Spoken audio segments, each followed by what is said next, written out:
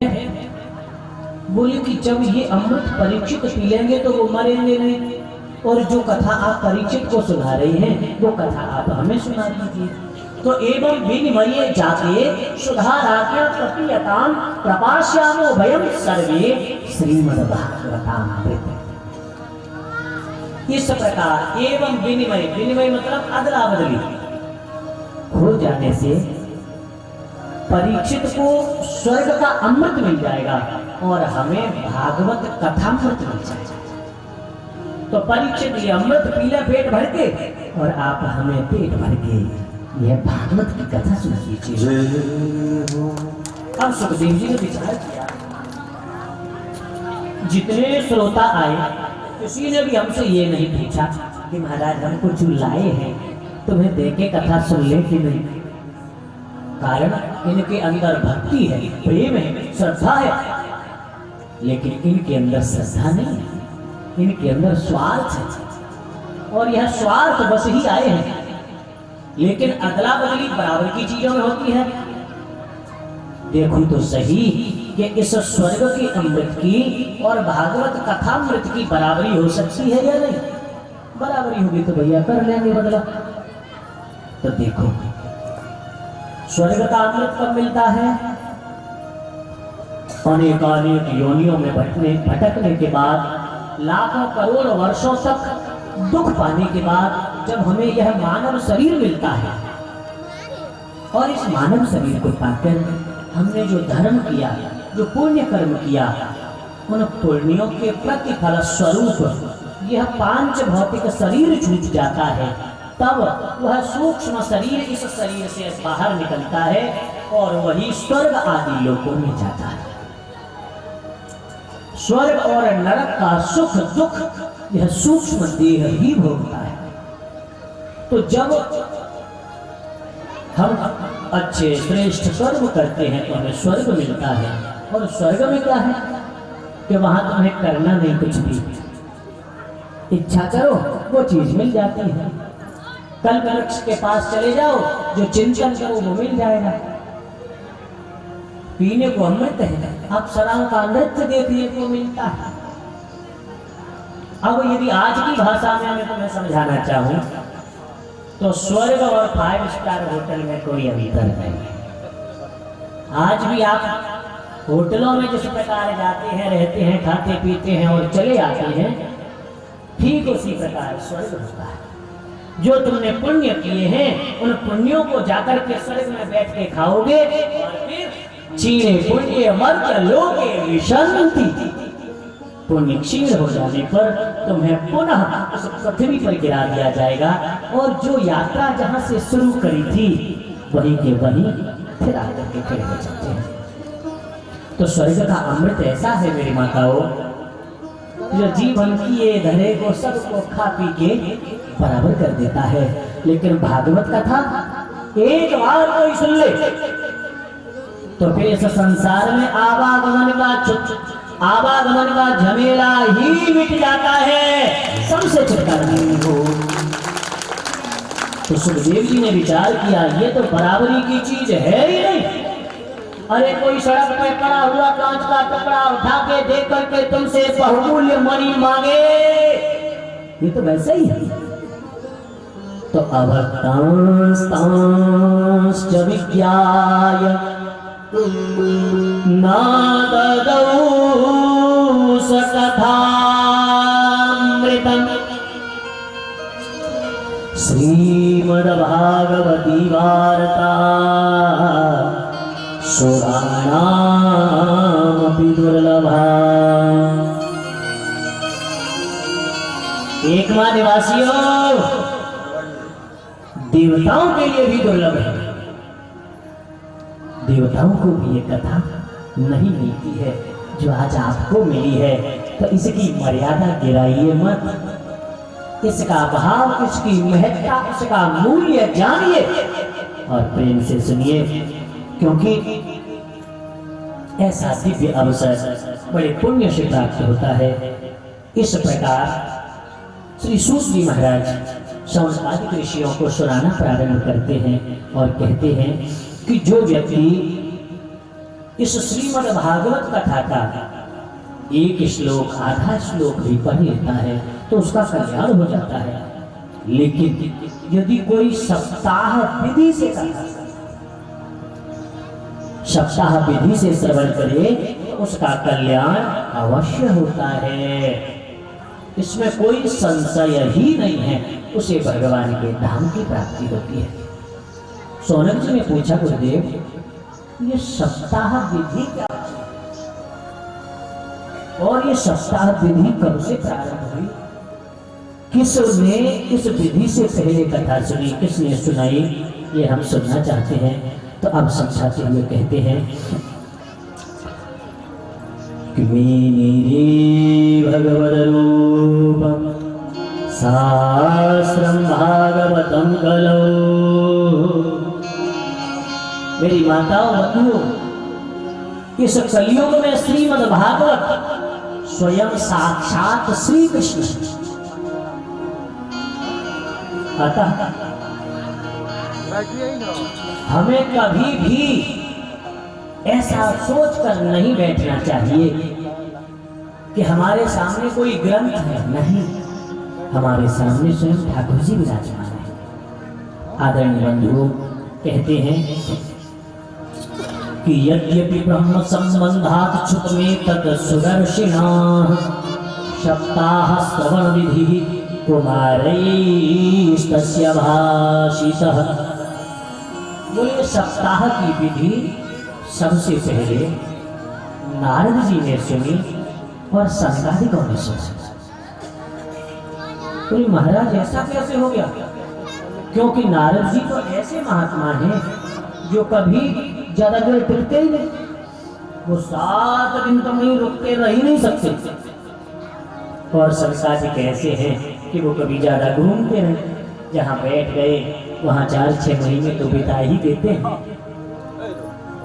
तो भला ऐसी क्या आवश्यकता पड़ी जो सनकादिकों ने सुनाई, नारद जी ने सुनी? हम ये जानना चाहते हैं। आइए, पहला प्रसंग प्रारंभ होता है। एकदा तु विशालाया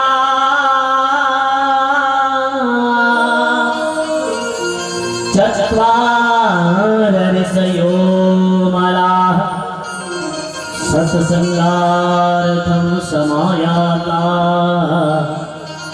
दद्रसुः तत्र नारदम्। एक बार बद्रीनाथ धाम में श्री नारद जी महाराज चले जा रहे थे। ध्यान से सुनिए, बोलो राधे राधे।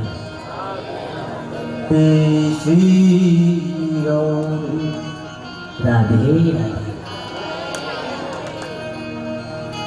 नवरात्रि चल रही है, माँ को असर है काजे तो मोहरे की आवाज ही नाए निकली। बोलो राधे राधे।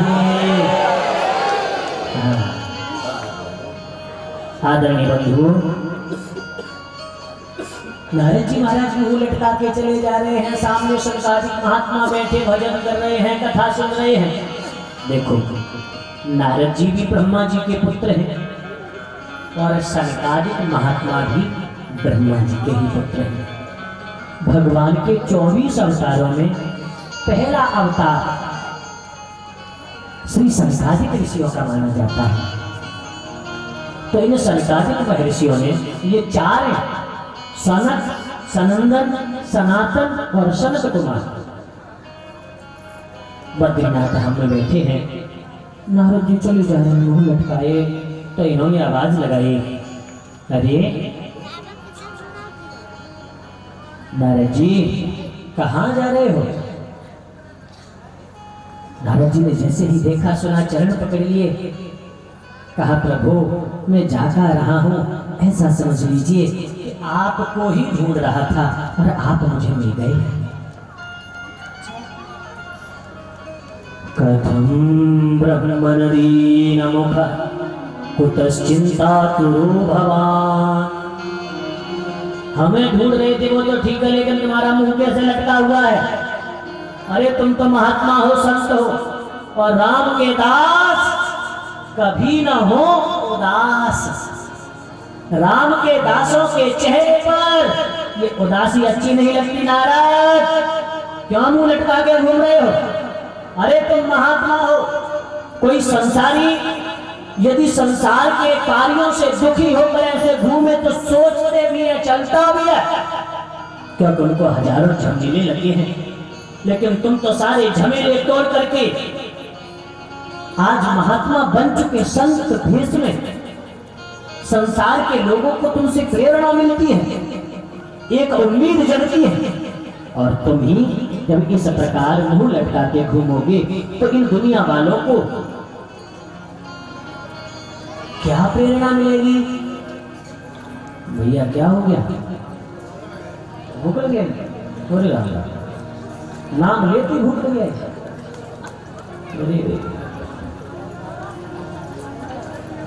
ठीक है, ये तो सब गड़बड़ है। माँ जी कैसे कथा होगी?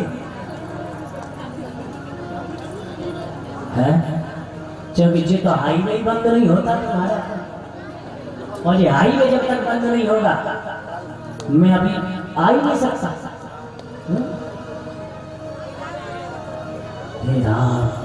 सुनिए, बोलिए भक्तवत्सल भगवान की।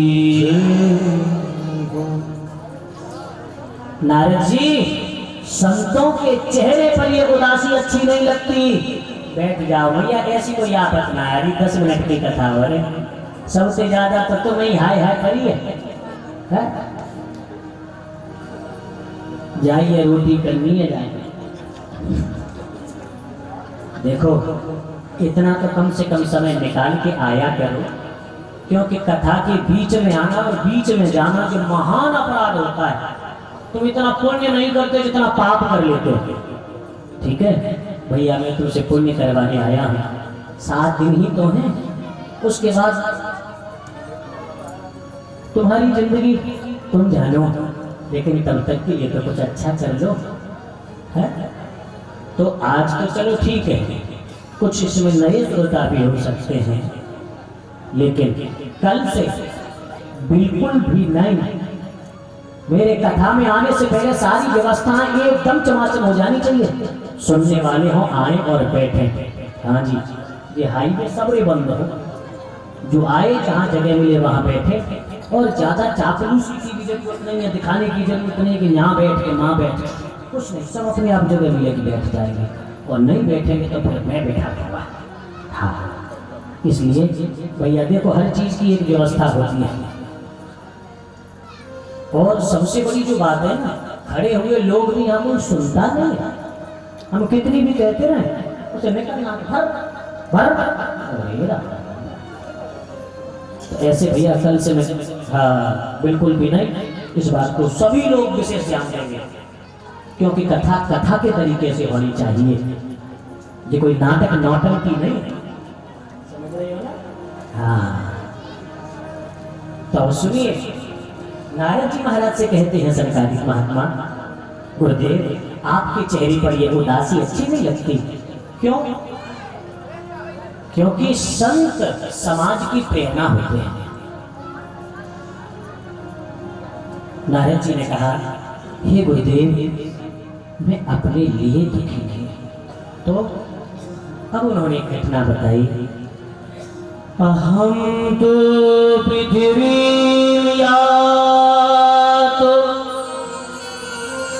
ज्ञात्वा सर्वोत्तमामिति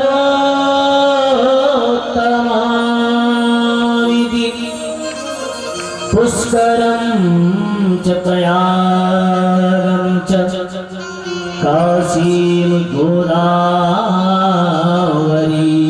तथा। एक बार मैं सबसे श्रेष्ठ जानकर और मानकर आया, कहाँ? पृथ्वी पर। क्यों? क्योंकि इस पृथ्वी को कहते हैं कर्म भूमि। जितने 14 लोक हैं बंधुओं, उन 14 लोकों में सबसे श्रेष्ठ कोई लोक है तो वो ये पृथ्वी है, जहाँ पर हम आप निवास करते हैं। स्वर्ग इससे अच्छा नहीं है। पृथ्वी पर जन्म लेने के लिए, और वो भी भारत में, देवता भी तरसते हैं। हमको सब भारत के वासी हैं और इस पृथ्वी के निवासी हैं। नारद जी कहते हैं कि मैं आया और आकर मैंने हरिक्षेत्रम कुरुक्षेत्रम श्रीरंगम सेतुबंधनम एवमादिषु तीर्थेषु भ्रममाण इतस्ततः। मैं पहले तीर्थों में गया, वहां पर जाकर मैंने क्या देखा कि पाखंडी लोगों ने अपने अड्डे बना लिए हैं। हाँ जी, भेष बदल बदल करके और लोग वहां पर रहने लगे हैं। और तीर्थों में लोग केवल और केवल घूमने के लिए और पाप करने के लिए जाने लगे हैं। इसलिए हमने भैया जी तो सब गड़बड़ है। भाई देवताओं, तुम में से कोई सुनता है कि नहीं सुनता है? यहाँ पर है, जहाँ पे तुम लोग खड़े हो ना, किसी को निकलने मत देना, और यहाँ जो व्यक्ति खड़े हो यहाँ से मत निकलने देना, ठीक है? हाँ। और नहीं तो भैया मैं आज आरती कर लेता हूँ, कल व्यवस्था बनाना कथा की तो मैं सुना, ऐसे नहीं। बंधुओं, मेरी माताओं, ये नियम होते हैं और इन नियमों का तुम पालन नहीं करोगे तो तुम्हें किसी को कुछ नहीं मिलेगा, और उसका दोषी हम भी बनेंगे, क्योंकि हम आचार्य पीठ पर हैं। हमारे रहते यदि गलत होगा तो भैया वो भी गलत है। इसलिए नारद जी महाराज समझाते हैं और कहते हैं कि मैं सब जगह गया, मुझे कहीं चैन नहीं मिला। तीर्थों में जब मैं गया मुझे अच्छा नहीं लगा तो मैं लौट आया। संत महात्माओं के यहाँ गया, वहां जाकर मैंने देखा कि केवल नामधारी संत बचे हैं, नाम के। तो मैंने सोचा कि चलो चलता हूँ हमारे गृहस्थ भाई बंधु, उनके यहाँ तो सारा समय सारा जीवन केवल भक्ति में ही बीतता है। मैं जब पहुंचा तो जाकर मैंने क्या देखा कि अब घरों में माता पिता का सम्मान बचा नहीं, बड़े बुजुर्गों का आदर रहा नहीं। घर में चलती है तो नई बहू की। अब जब मैंने ऐसा सत्यानाश देखा तो मेरा मन दुखी हो गया और सोचने लगा यहां तो सब बिगड़ गया, क्या करें? आए थे शांति की खोज में, लेकिन इस दुनिया में तो बड़ा अलग व्यवधान पड़ा हुआ। नारद जी वहां से आगे बढ़े और कहां पहुंचे? वृंदावनम।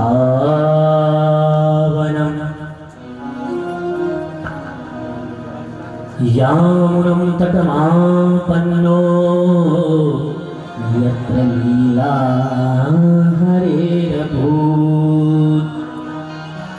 सब जगह घूमते घूमते मैं पहुंचा कहां? वृंदावन। वृंदावन, हाँ, पूरे वृंदावन में जमुना के किनारे नारायण नारायण अपनी वीणा पर गाता हुआ मैं जा रहा था। नारायण, क्योंकि दुनिया में जो मैंने देखा उससे मेरा मन दुखी हो गया, लेकिन वृंदावन की उस पावन भूमि में पहुंचते ही मेरा मन रूपी मयूर नाचने लगा, अपने आप में जीभ बोलने लगी। क्या? नारायण नारायण श्रीमन नारायण नारायण नारायण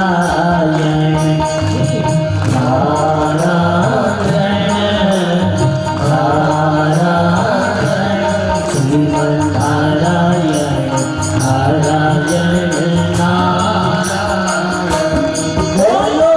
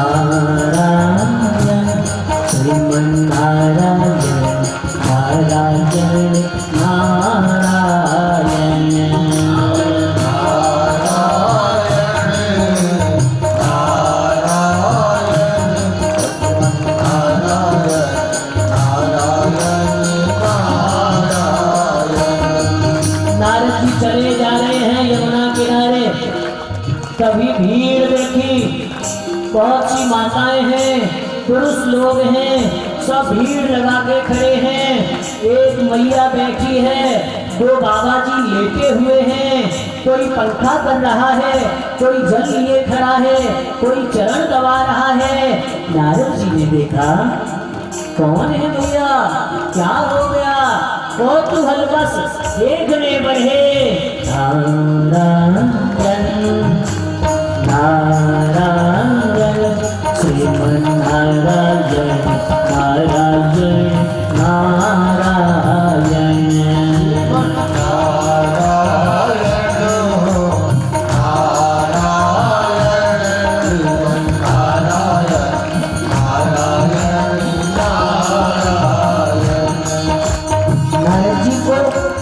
जैसे ही उस माता ने देखा, तुरंत खड़ी हो गई और हाथ जोड़ करके प्रणाम करके बोली, भो साधो क्षणं तिष्ठ मच्चिन्तामपि नाशया।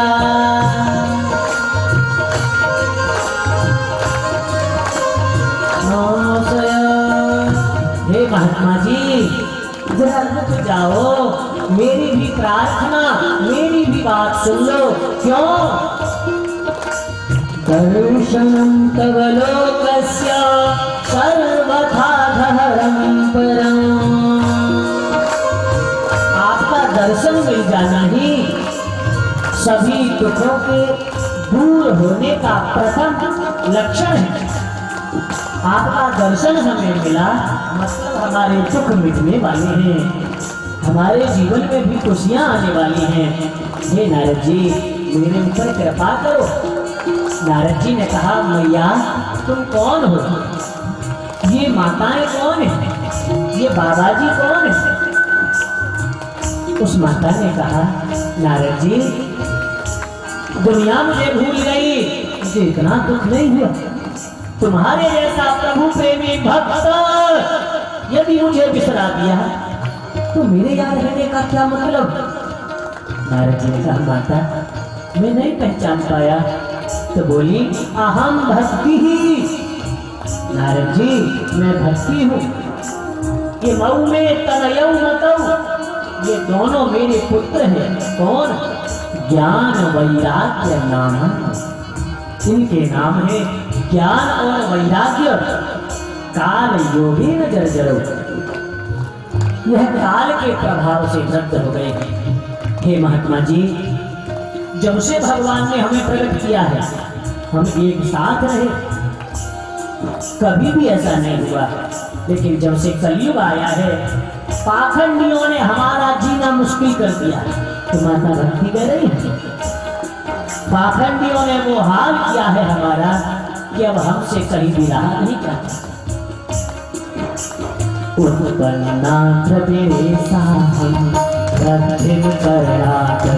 गता क्वचित् क्वचित् महाराष्ट्रे कुञ्जरे जीर्णां गता, कुञ्जरे जीर्णां गता, कुञ्जरे जीर्णां गता। मेरा जन्म हुआ दक्षिण भारत में, भक्ति कह रही है। दक्षिण भारत में जो पूजा की विधि है, जो परंपरा है, मंदिरों में पूजा की जो विधि है, जाके देखना कथा कैसे सुनी जाती है, पूजा कैसे करी जाती है, मंदिर के नियम क्या हैं, ब्राह्मणों के नियम क्या हैं, गृहस्थों के नियम क्या हैं। आहा, प्रद्युम्न कर्नाटक के कथा, कर्नाटक प्रांत की तरफ जब मैं बढ़ी तो वृद्धि को प्राप्त हुई। जैसे जैसे समय बीता, आगे बढ़ती गई, हमारा जीवन बिगड़ता गया है। लेकिन जब से हम वृंदावन आए हैं, वृंदावन की पावन माटी का स्पर्श हो गई। हम तीनों ही वृद्ध थे, मैं तो जवान हो गई, लेकिन मेरे बेटे ज्ञान वैराग्य अभी भी बूढ़े हैं। कोई भी माँ ये नहीं चाहेगी कि मैं जवान बनी रहूं और मेरे बेटे बूढ़े हो जाएं। बेटा हमेशा जवान रहे, माँ बूढ़ी हो जाए। अब भला वो माँ कैसे जिए, कैसे देखे, कैसे देखे? बेटे लंबी लंबी सांसें ले रहे हैं और माता की उम्र 20 साल। अब तो उसका तो और बढ़ गया। रोते हुए माता भक्ति कहती है, नारद जी अब आप ही कोई उपाय करो। नारद जी ने कहा, भैया चिंता मत कर, अब तुमने मुझे बता दिया तो सुनो। अन्य धर्मान पुरस्कृत्य अन्य धर्मान तिरस्कृत्य पुरस्कृत्य महोत्सवान् सदा नाहं हरेर्दासो लोके त्वां न प्रवर्तये। घर घर में, नारद जी कह रहे हैं, सुनो भैया, घर घर में और जन जन में यदि मैं नारद तुम्हें नहीं पहुंचा पाया तो ये दुनिया मुझे श्री हरि का दास ना कहे। तदा नाहं हरेर्दासो लोके त्वां न प्रवर्तये। नारद जी कहते, मैया चिंता न कर, घर घर में जन जन के हृदय में मैं पहुंचाऊंगा, ये मेरा तुझे वचन है। माता भक्ति प्रसन्न हो गई और श्री नारद जी महाराज प्रयास करते हैं। वेद वेदांत भूषश्च गीता पाठै मुहुर्मुहुः। वेद सुनाए, वेदांत सुनाए, गीता पाठ कई बार किया। ज्ञान वैराग्य जब तक पाठ चले तब तक थोड़ा ठीक से लगे, बैठ जाएं, कुछ अच्छा लग रहा है। नारद जी का भैया ठीक हो, हाँ प्रभु कुछ अच्छा लग रहा है। नारद जी ने जैसे ही बोलना प्रारंभ किया, नारद जी बोले, अब क्या करूं? मेरे तो थैले में जितनी चूरन चटनी थी वो मैंने सब चटा, अब तो मेरी समझ में नहीं आ रहा आखिर करे क्या। तो जब कोई सहारा ना देखे, तुम्हें कहीं से कोई उत्तर ना मिले, तो बैठ जाना आसन लगा के और अपने हृदय में आंख बंद करके अंदर जाओ। हाँ, और अंदर जाकर फिर प्रश्न के उस उत्तर को खोजने की कोशिश करो। दुनिया वालों से कहोगे ना तो जे बड़ा प्रेम से हाथ फिरा फिरा के तुमसे तुम्हारे जीवन की सारी कमियां, सारी कमजोरियां, सारे दुख जान लेंगे और फिर हंस हंस के दुनिया वालों को गा गा के सुनाएंगे। इसलिए कभी भी अपने मन का दुख रही मन निज मन की यथा मन ही राधो मन ही राधो सुनी फिरई है लोग सब बात न लई है को बात न लई है को बात न लई है को। कोई नहीं बांटता, मजाक बनाते। इसलिए मन का दुख अपने मन में बैठे उस परमात्मा से करो। नारद जी ने जैसे ही अपनी आंखें बंद करी और अपनी चेतना, अपना ध्यान अंदर ले गए तो उनके हृदय आकाश में आवाज सुनाई पड़ी, उद्यमः सफलस्ते भविष्यति न संशयः।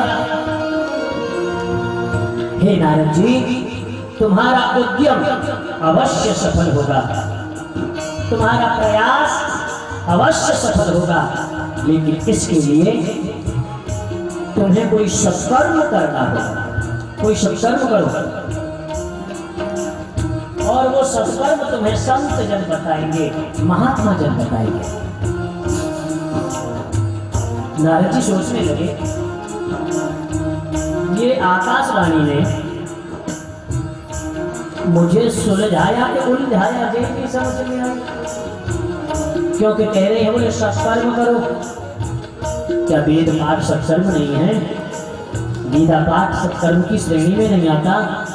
और यदि ये नहीं है तो कौन है? और वो महात्मा बताएंगे, कहाँ के बताएंगे? काशी के, हरिद्वार के, वृंदावन के, उत्तराखंड के, बद्रीनाथ, केदारनाथ, कहाँ जाऊं? कुछ समझ में नहीं आया।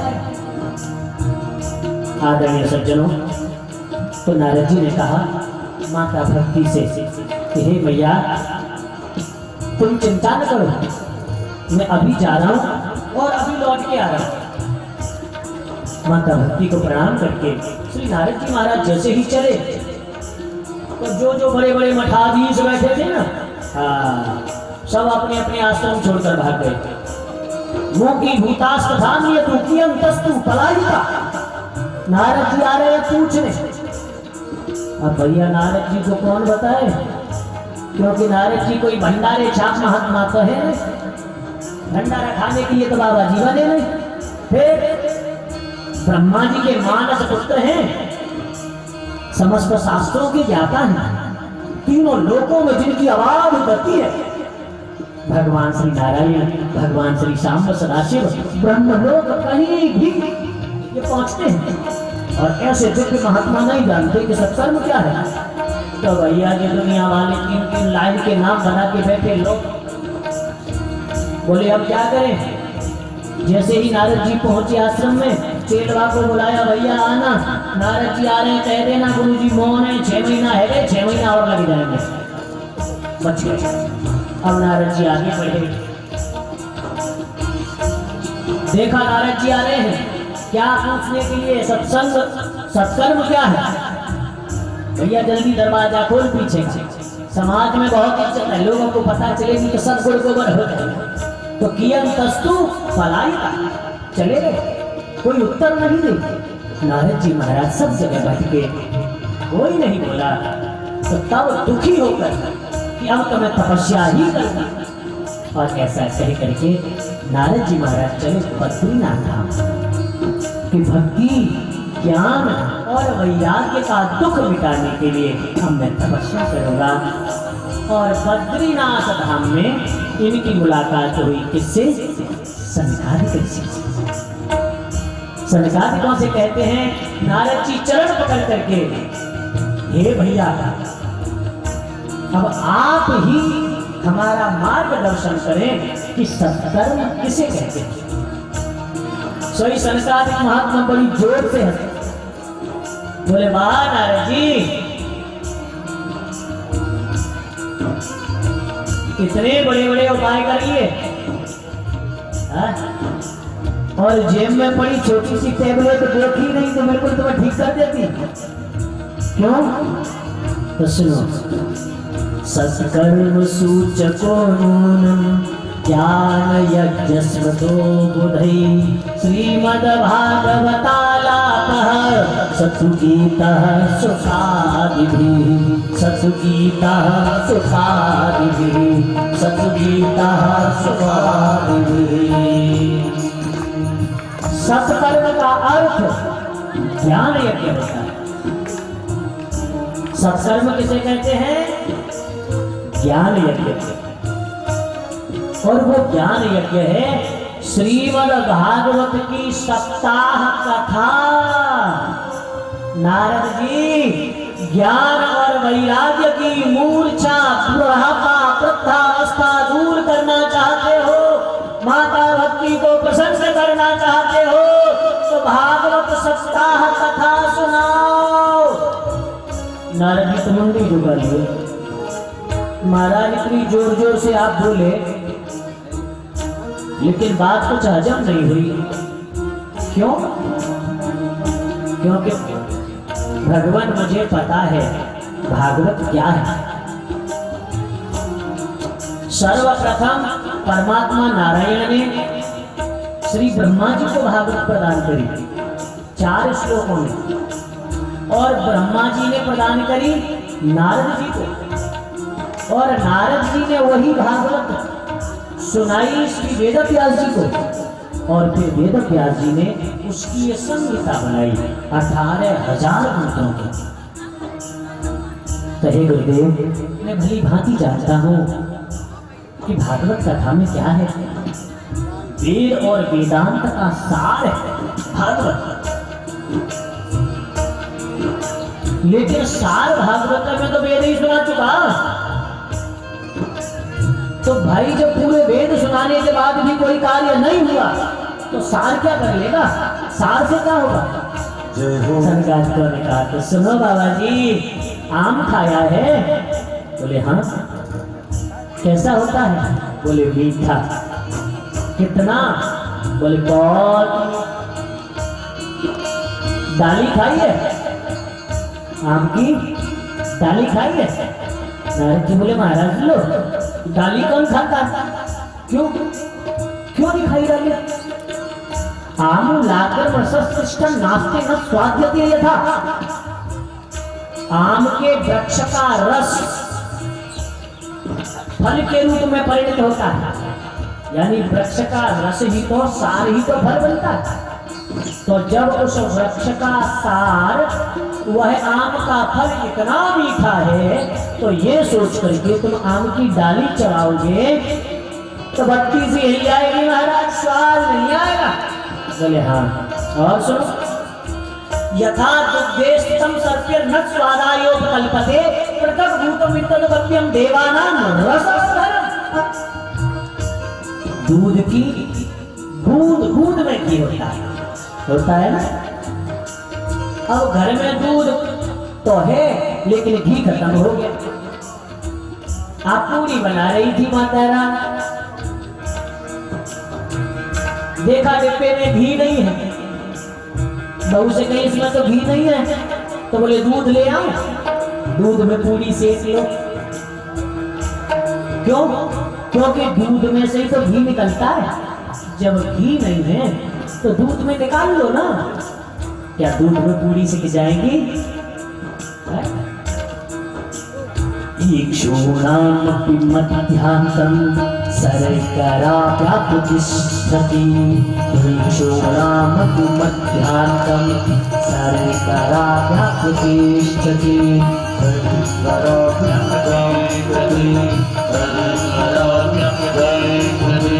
आप घर में मिठाई बना रहे हो, मिठाई में डालनी थी शक्कर, शक्कर है नहीं, फिर मीठा कैसे हो? किसी ने बात कर मिठाई की जड़ तो खेत में खड़ी है, मीठे की जड़ यानी गन्ना खेत में लगे, जकोर लाना 4-6 काट के डाल दे इसमें। तो क्या गन्ना काट के डालोगे मिठाई बन जाएगी? है? बना लोगी माता गन्ना से मिठाई? क्यों? चीनी तो उसी से बनती है, गन्ने के रस से ही तो चीनी बनती है, उसी से तो गुड़ बनता है। तो फिर सारी मिठाई की जड़ तो वो है और उससे ही काम नहीं हो रहा। सनकादिक ऋषियों ने कहा सुनो नारद जी, तुम्हारे वेद और वेदांत है वह आम का वृक्ष, और श्रीमद् भागवत में आम के वृक्ष पर लगा हुआ फल। तुम्हारे वेद वेदांत है वह दूध, और श्रीमद् भागवत है उस दूध से प्रकट हुआ घी। तुम्हारे वेद वेदांत है गन्ने का खेत, और श्रीमद् भागवत है गन्ने के रस से बनी हुई शक्कर। इसलिए जो काम वेद वेदांत नहीं कर सकते पलक झपकते करेगी श्रीमद् भागवत। काम होगा भागवत कथा से। नारद जी ने चरण पकड़ लिए। गुरुदेव अब आई बात समझ में। क्या? बिनु सत्संग विवेक न होई,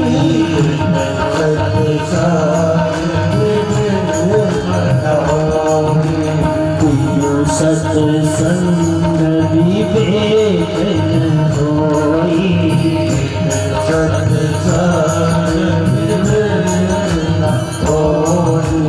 राम कृपा बिनु सुलभन सोई।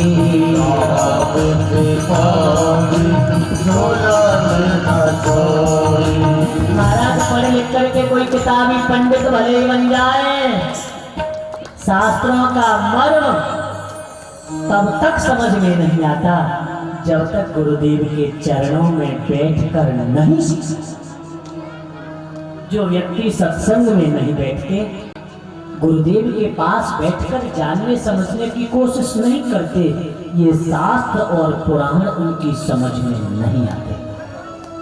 ये गुरुमुख होने पर ही बुद्धि में जाते हैं, नहीं तो हम अर्थ का अनर्थ कर लेते हैं, हम सही बात को समझते ही नहीं। तो नारद जी ने कहा गुरुदेव फिर आपसे अच्छा मुझे वक्ता कौन मिलेगा, चलिए ना और भक्ति ज्ञान वैराग्य के दुख को मिटाने के लिए आप ही भागवत की कथा सुनाइए। लेकिन सुने सुनाए कहां, जगह निश्चित हुई हरिद्वार में। क्यों हरिद्वार में क्यों कथा करें, भक्ति ज्ञान वैराग्य है वृंदावन में, और बात चल रही है बद्रीनाथ में, वो कथा करेंगे हरिद्वार में, क्या कौन सी बात हो, या तो बद्रीनाथ में कर लेते या वृंदावन चले जाते, बीचों बीच तुमने लगा दिया जी। बोले देखो बद्रीनाथ में रहते हैं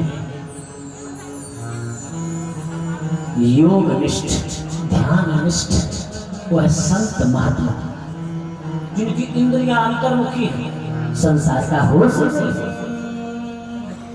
उनके कानों से आवाज जा ही नहीं रही, तो उनको सुनाने का भी कोई मतलब नहीं। और वृंदावन की तरफ यदि बढ़ जाएंगे तो भैया ये है संसार, और संसारियों को 2 पूरी के लिए 50 किलोमीटर भागने में कोई दिक्कत नहीं होती। हाँ कथा सुनने में सबसे बड़ी आपदा, हाँ क्योंकि कथा सुनने के लिए पहले तो इनसे टाइम निकालना ही सबसे बड़ी बात हो जाती है, और टाइम निकाल भी लिया तो 1000 बार घड़ी बाबा जी नहीं बंद होगा भैया 10 बजे की। तो मेरे बंधु ऐसे लोगों को सुनाने का भी कोई मतलब नहीं। घर में अंधेरा हो दीपक लेकर, हम चाहते ये हैं कि अंदर भी उजाला हो जाए और बाहर भी उजाला हो जाए। तो क्या करें, अंदर रख देंगे तो बाहर अंधेरा हो जाएगा, बाहर रख देंगे तो अंदर अंधेरा हो जाएगा। क्या करना है, उस दीपक को जलाइए और घर की देहली पर रख दीजिए, बाहर भी उजाला अंदर भी उजाला। तो हरिद्वार को क्या कहते हैं, हरिद्वार, हर द्वार, जो भगवान के धाम का द्वार है, उस द्वार पर यह ज्ञान का दीपक जलाया श्री संतान कृष्ण। नारद जी महाराज बैठ के कथा सुनेंगे और संसारिक महात्मा सुनाएंगे, बड़ा दिव्य चरित्र, बड़ी दिव्य कथा। थोड़ा सा महात्मा शेष है, वो चर्चा हम कल 6 बजे से करेंगे, ठीक है। आप लोग समय से आया कीजिए, और जैसी व्यवस्था देखो, यदि तुम व्यवस्था बना लोगे तो कथा ऐसी होगी जो जीवन भर याद रखोगे, सब कुछ भूल जाओगे, कथा को नहीं भुला पाओगे। और भैया केवल दिखावे में रह जाएंगे तो दिखाते रहना दुनिया वालों को, वो तो देखेगा जिसको हम दिखाना चाहते हैं। और अब आज की कथा का हम विश्राम करेंगे। आज वृंदावन से हमारे बांके बिहारी लाल पधारे, बिहारी जी का दर्शन कितने लोगों ने किया है? ओ भैया रे, कितने लोग वृंदावन गए हैं?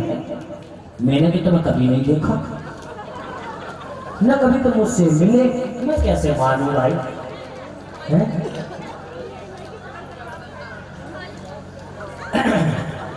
तो अभी हमारे मध्य में परमात्मा की दिव्य झांकी आ रही है।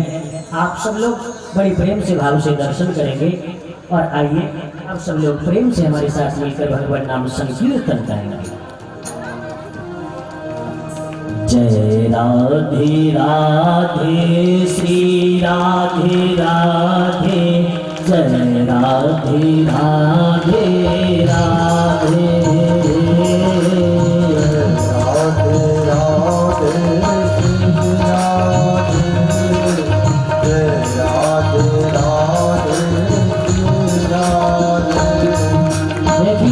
कथा के प्रारंभ का कीर्तन और कथा के समापन का कीर्तन, इसमें कंजूसी मत किया करो। भोजन ज्यादा हो जाए तो एक हाजमा की गोली डाल लो, हाजमोला, तो पच जाता है। इसी तरह ये सुनी हुई कथा सदा तुम्हारे हृदय में बनी रहे, सदा तुम्हारी बुद्धि में बनी रहे। इसलिए प्रारंभ का संकीर्तन और अंत का संकीर्तन ये दोनों इस चीज को सुरक्षित रखेंगे। इसलिए बिल्कुल निसंकोच बोलिए जय राधे राधे श्री राधे राधे, जय राधे राधे राधे, जय राधे राधे श्री राधे राधे, जय राधे राधे राधे, मन राधे ही राधे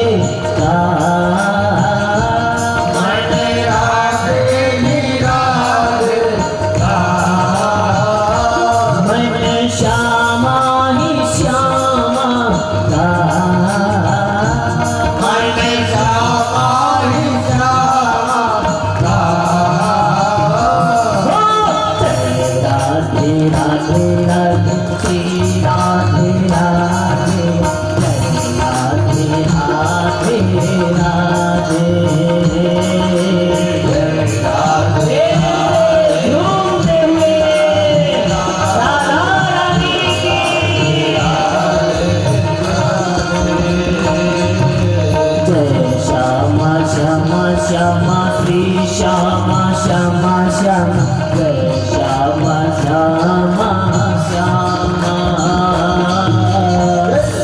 श्यामा श्यामा श्यामा,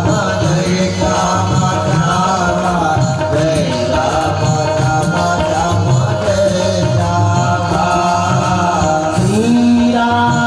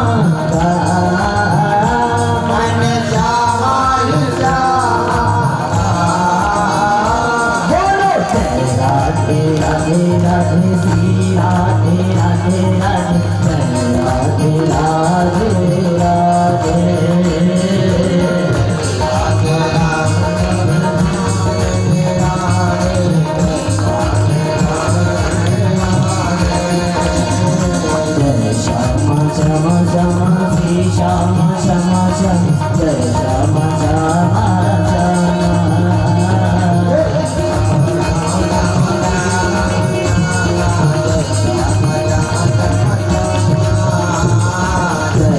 श्री राधे विषभानु,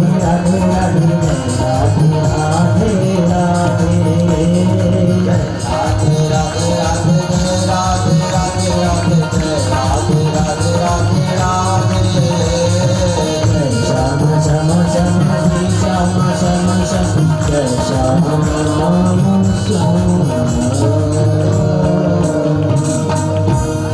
बोलिए वृंदावन बिहारी लाल की, करुणामयी सरकार की।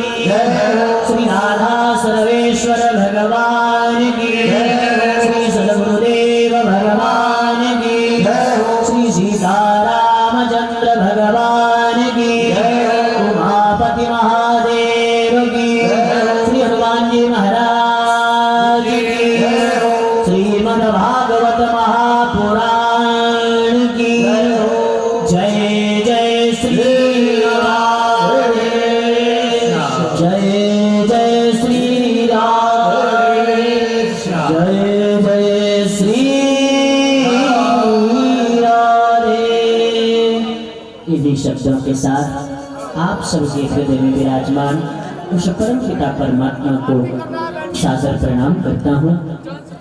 आप सभी को सादर जय सिया राम, जय राधे।